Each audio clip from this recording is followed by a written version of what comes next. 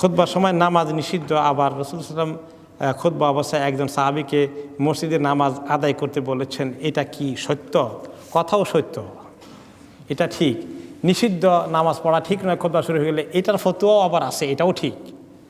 আবার অনেক আলিম ফতোয়া দিয়েছেন না 2 রাকাত তাহিয়াতুল মসজিদ পড়তে হবে হাদিসের ভিত্তিতে, সেটাও ঠিক। যেটা আপনি আমল করেন দোনোটাই ঠিক আছে, কিন্তু কথা বলাটা একদম বেঠিক, এইটার ব্যাপারে কোনো ইখতিলাফ নাই।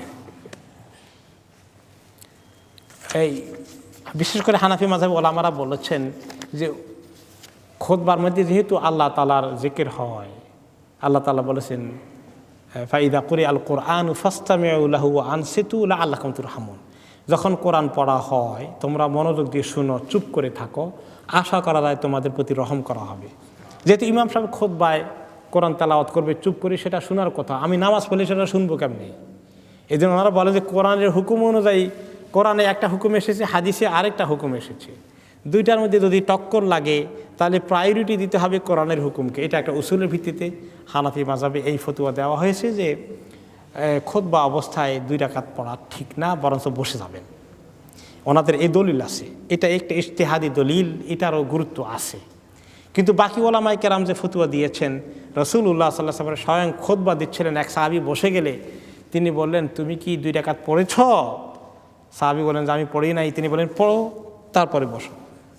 ওই হাদিসকে এত মজবুত পাওয়ার কারণে বাকি ওলামারা ফতোয়া দিয়েছেন না, খুতবার সময়ে বসতে হবে।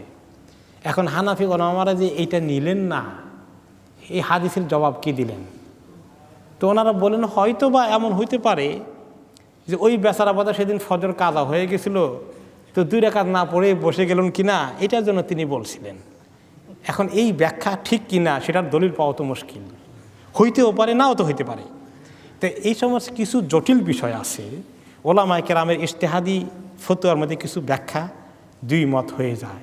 এই জন্য কেউ যদি এই মত ফলো করে সেটাও ঠিক, ওই মত ফলো করলে ওইটাও ঠিক।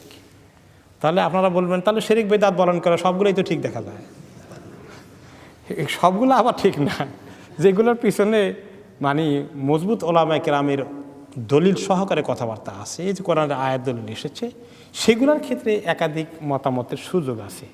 শিরক বিদআত আর সুন্নতের মোকাবিলা করে ওই সবগুলাকে একরকম মনে করার কোনো সুযোগ নেই।